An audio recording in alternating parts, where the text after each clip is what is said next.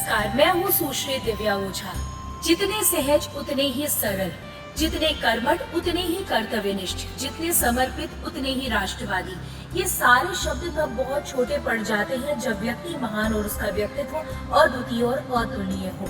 हम बात कर रहे हैं संघ के चतुर्थ सर संघ चालक परम पूजनीय प्रोफेसर राजेंद्र सिंह जी की, जिन्हें न सिर्फ संघ परिवार में बल्कि जन साधारण में भी रज्जू भैया के नाम से जाना जाता है।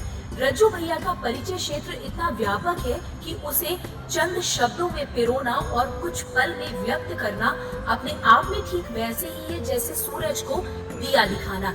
लेकिन आज परम पूजनीय रज्जू भैया के जन्मदिन के इस विशेष अवसर पर प्रयाग विभाग ने एक छोटा सा प्रयास किया है आप सभी को उनके व्यक्तित्व और उनके जीवन से जुड़ी कुछ महत्वपूर्ण बातों पर प्रकाश डालकर जानकारी देने का।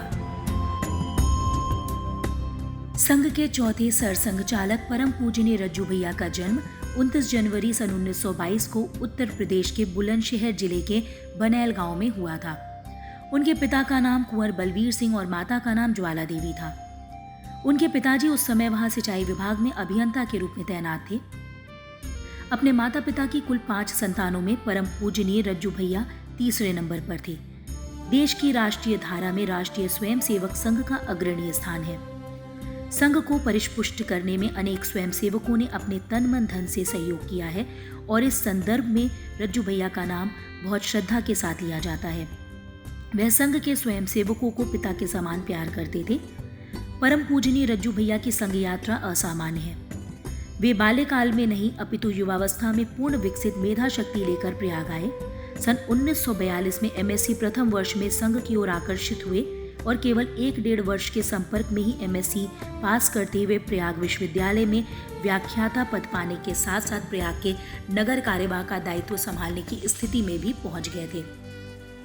1946 में प्रयाग विभाग के कार्यवाह, 1948 में जेल यात्रा, 1949 में 2-3 विभागों को मिलाकर संभाग कार्यवाह, 1952 में प्रांत कार्यवाह और 1955 में भाऊराव देवरस के प्रांत छोड़ने के बाद उनकी जगह पूरे प्रांत का दायित्व परम पूजनीय रज्जू भैया संभालने लगे। 1961 में भाऊराव के वापस लौटने के बाद पुनः सह प्रांत प्रचारक के रूप में उनके सहयोगी बने। 1962 से 1965 तक उत्तर प्रदेश के प्रांत प्रचारक, 1966 से 1974 तक सह क्षेत्र प्रचारक व क्षेत्र प्रचारक का दायित्व भी परम पूजनीय रज्जू भैया ने संभाला। 1976 से 1977 तक आपातकाल में भूमिगत रहकर लोकतंत्र की वापसी का आंदोलन परम पूजनीय रज्जू भैया ने खड़ा किया। 1977 में सह सर कार्यवाह बने तो 1975 मार्च माह में माधवराव मुले का सर कार्यवाह का दायित्व भी उन्हें सौंप दिया गया। 1975 से 1987 तक इस दायित्व का निर्वहन परम पूजनीय रज्जू भैया ने किया। 1994 में संघ के तीसरे सर संघ चालक बाला साहेब देवरस ने अपने जीवन काल में ही परम पूजनीय राजेंद्र सिंह जी का राज्याभिषेक कर दिया और उन्हें सर संघ चालक का शीर्षस्थ दायित्व सौंप दिया। परम पूजनीय रज्जू भैया संघ के साथ 60 वर्षों तक जुड़े रहे और विभिन्न प्रकार के दायित्वों का निर्वहन करते रहे। 1943 से 1966 तक वे प्रयाग विश्वविद्यालय में अध्यापन करते हुए भी अपने प्रचारक के दायित्व का निर्वाह भ्रमण करके करते रहे। संघ कार्य हेतु अपनी क्षमता को बढ़ाने के लिए वे संघ शिक्षा वर्ग में 3 वर्ष के परंपरागत प्रशिक्षण पर निर्भर नहीं रहे। प्रथम वर्ष का प्रशिक्षण उन्होंने 1947 में तब लिया जब वे प्रयाग के नगर कार्यवाह थे।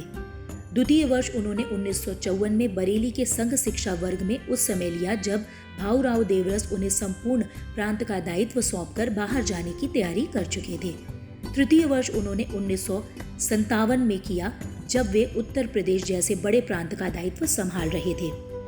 प्रयाग विभाग में पढ़ाते हुए वे संघ कार्य में प्रचारकवत जुटे रहे। भौतिक शास्त्र जैसे गुण विषय पर असामान्य अधिकार रखने के साथ साथ अत्यंत सरल व रोचक अध्यापन शैली और अपने शिष्यों के प्रति स्नेह भावना के कारण परम पूजनीय रज्जू भैया सर्वाधिक लोकप्रिय और सफल प्राध्यापक थे। वे अपनी कक्षाओं का तालमेल कुछ इस प्रकार करते थे जिससे छात्रों का अहित ना हो और उन्हें सप्ताह में 2-3 दिन प्रवास के लिए मिल जाए। वरिष्ठता और योग्यता के कारण उन्हें कई वर्षों तक विभाग के अध्यक्ष पद के दायित्व को भी प्रोफेसर के साथ साथ निभाना पड़ा। अध्यापन कार्य करते हुए भी संघ कार्य में अपने दायित्वों का निर्वहन उन्होंने पूरी निष्ठा और समर्पण के साथ किया।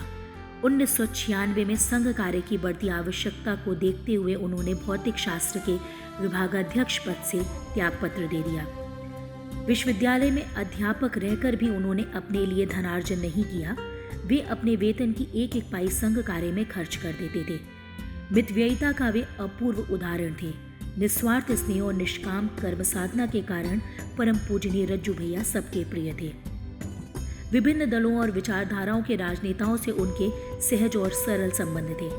सभी संप्रदायों के आचार्यों और संतों के प्रति उनके मन में श्रद्धा थी। परम पूजनीय रज्जू भैया एक आदर्श स्वयंसेवक, प्रचारक और कुशल संगठनकर्ता थे। उनके अथक प्रयासों से संघ जन जन के घर तक पहुंचा।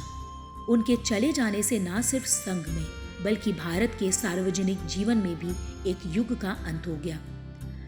परम पूजनीय रज्जू भैया स्वयं में ध्येयनिष्ठ संकल्प की साक्षात प्रतिमूर्ति थे और वे आज शारीरिक रूप से भले ही हम सबके बीच नहीं हैं, लेकिन हम सभी के अंतःकरण में वे सदैव जीवित रहेंगे।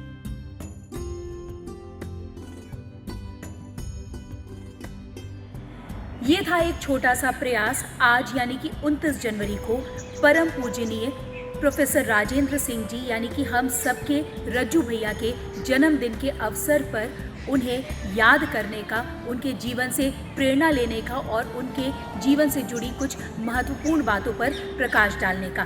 वास्तविकता तो ये है कि आज भले ही परम पूजनीय रज्जू भैया शारीरिक रूप से हम सबके बीच नहीं हैं, लेकिन अपने विचारों, आदर्शों और राष्ट्रवादिता के द्वारा वो हम सबके बीच हमेशा रहेंगे और हम सबको प्रेरित और प्रकाशित करते रहेंगे।